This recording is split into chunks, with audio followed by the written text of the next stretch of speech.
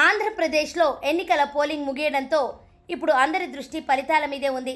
Result డేకి ఇంకా 20 రోజుల సమయం ఉండటంతో రాజకీయ పార్టీలతో పాటు ప్రజలు సైతం ఆసక్తిగా ఎదురుచూస్తున్నారు. అయితే సీఎం జగన్ చెప్పినట్లుగానే ఏపీలో ఎన్నికలు కురుక్షేత్ర యుద్ధాన్ని తలపించాయి. చాలా చోట్ల వైసీపీ కూటమి వర్గాలు ఘర్షణలకు దిగాయి. అల్లరి మూకల రాళ్ల దాడులు, కార్లు బైకుల ధ్వంసం, పోలీసులు రబ్బర్ బుల్లెట్లతో కాల్పులు, ఇలా అనేక ఘటనలు చోటు చేసుకున్నాయి. ఈ ఘటనల్లో భారీగా ఆస్తి నష్టం జరగడంతో పాటు పలువురు గాయపడ్డారు. కొన్ని చోట్ల ఓటర్లు అత్యుత్సాహానికి పోయి ఓటేస్తూ సెల్ ఫోన్లో ఫోటోలు తీసుకున్నారు.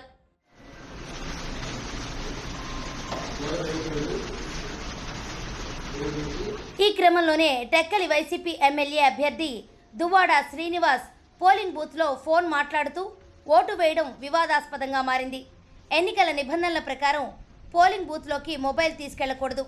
సామాన్య ఓటర్లు పొరపాటుగా ఫోన్ తీసుకెళ్లినా ఎన్నికల సిబ్బంది అడ్డుకుంటారు. అలాంటిది ఎమ్మెల్యే అభ్యర్థి దర్జాగా ఫోన్లో మాట్లాడుతూ బూత్లోకి వెళ్లడమే కాకుండా ఓటు వేయడం దుమారం రేపుతోంది. అక్కడున్న ఎన్నికల సిబ్బంది కూడా ఇదంతా చూస్తూనే పట్టించుకోకుండా మౌనంగా ఉండిపోయారు.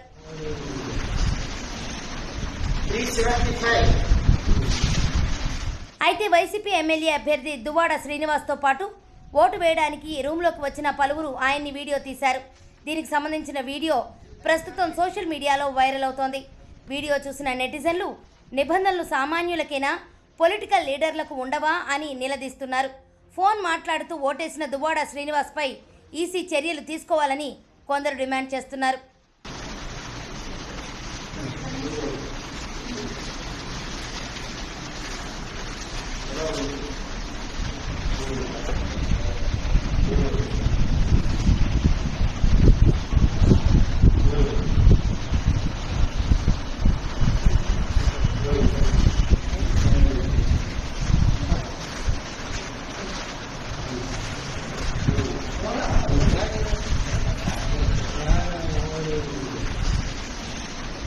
Please rectify.